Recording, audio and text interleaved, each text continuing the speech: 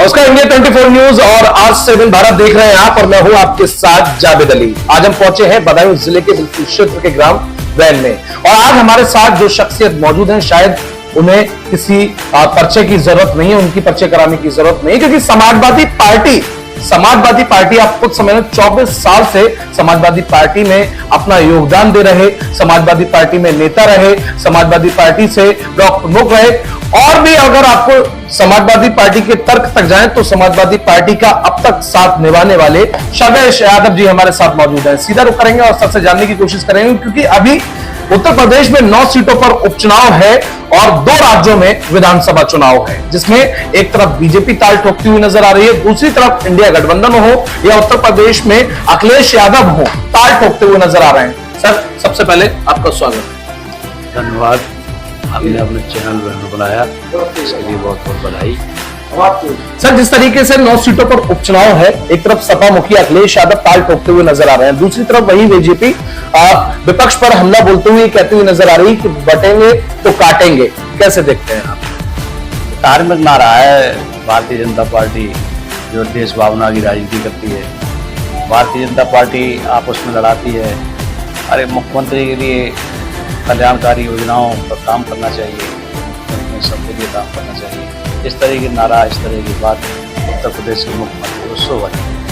बिल्कुल सर, अभी जिस तरह से हरियाणा में विधानसभा चुनाव हुआ है, हरियाणा में तमाम जो इंडिया गठबंधन के नेता चाहे वो अखिलेश यादव हो, राहुल गांधी हो, सभी ने एक साथ होकर एकजुट होकर वहां पूरा योगदान दिया।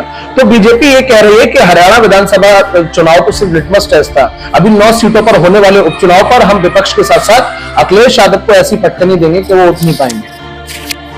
देखिए, 9 सीटें उत्तर प्रदेश में चुनाव हो रही है जी, और 9 के 9 सब समाजवादी पार्टी जीत रही। समाजवादी पार्टी 10वीं सीट जीती। अयोध्या में भारतीय जनता पार्टी डर गई, वहां चुनाव नहीं कराया। बिल्कुल, अयोध्या की सीट भी समाजवादी पार्टी जीती और समाजवादी पार्टी ने अयोध्या की सीट जीत के देश के अंदर और प्रदेशों में इतिहास बनाया है।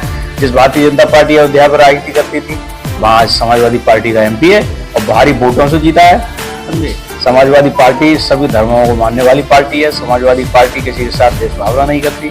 समाजवादी पार्टी सबका साथ, सबका कल्याण करती है और सभी जो भी हैं लोग, चाहे व्यापारी हो, छात्र हो, नौजवान हो, वकील हो, सारे के सारे लोग समाजवादी पार्टी को सपोर्ट करते हैं और समाजवादी पार्टी इन सबको लेकर चलती है। और आने वाले समय में, आने वाले 2027 में समाजवादी पार्टी की सरकार बनेगी। आज बेरोजगार दर भटक रहा है, रोजगार नहीं मिल रहा है। आज किसान को उसकी उपज का मूल्य नहीं मिल रहा है, व्यापारी को उसका व्यापार नहीं मिल रहा है। आज सारे के सारे वर्ग भारतीय जनता पार्टी की सरकार से, डबल इंजन सरकार से परेशान है। कुल मिलाकर हर पार्टी, जो विपक्ष की पार्टी, ये जान गई है कि बीजेपी कौन सा षड्यंत्र रचती है और अपने षड्यंत्र के द्वारा ये जीतती हुई आ रही है। लेकिन इस बार बीजेपी का षड्यंत्र नहीं चलेगा। एक अहम सवाल और हो जाता है, यूपी का डिस्ट्रिक्ट मैनपुरी नेताजी का गढ़ माना जाता है, माननीय मुलायम सिंह यादव जी का गढ़ है, वहां करहल जो विधानसभा सीट है, हॉट सीट मानी जा रही है। बीजेपी इस समय पूरी ताकत झोंकती हुई नजर आ रही है और अखिलेश यादव ने भी ये साफ कर दिया है कि ये हमारा गढ़ है, यहाँ बीजेपी कभी सेंध लगा ही नहीं सकती। क्या ये लगता है आपको वहां बीजेपी सेंध लगा पाएगी? कोई मतलब ही नहीं है।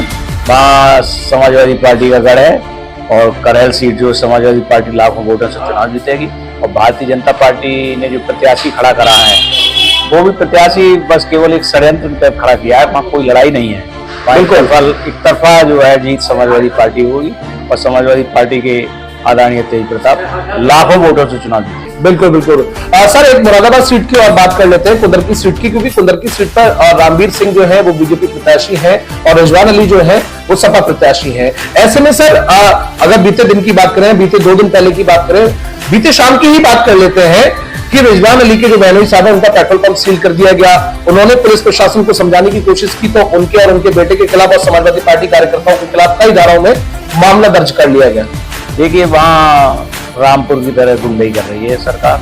वहाँ पुलिस से रेड कार्ड जारी करा रहे हैं, वहाँ पुलिस से डराया जा रहा है, धमकाया जा रहा है।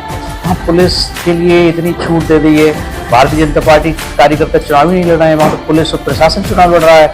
वहाँ गाड़ियों में सीढ़ी रख के दबिश दी जाती है और इस तरीके से गुंडाई करी जा रही है कुंदरगी में कि किसी तरीके से भारतीय जनता पार्टी जीत जाए, मगर जनता जो है वहाँ समाजवादी पार्टी के साथ है और समाजवादी पार्टी का प्रत्याशी ही जीतेगा। सर, एक आखिरी सवाल आपसे करूंगा और सवाल ये है, 27 में विधानसभा चुनाव होना है। यूपी का सबसे बड़ा देश का राज्य है उत्तर प्रदेश और सभी की निगाहें विधानसभा चुनाव पर उत्तर प्रदेश पर ही टिकी रहती हैं। क्या लगता है इस बार समाजवादी पार्टी किस तरीके से पटकनी दे पाएगी या फिर हर बार की तरह पस्त होती हुई नजर आएगी?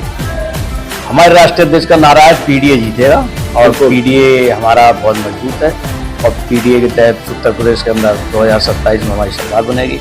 हम 253 विधानसभा सीटों पे लोकसभा में जीते हैं बिल्कुल, और हमें विश्वास है और जो हमारे काम हैं और जिस तरीके से हमारे अध्यक्ष की हमारी पार्टी की जो सोच है उससे पीडीए जीतेगा और पीडीए आगे बढ़ेगा।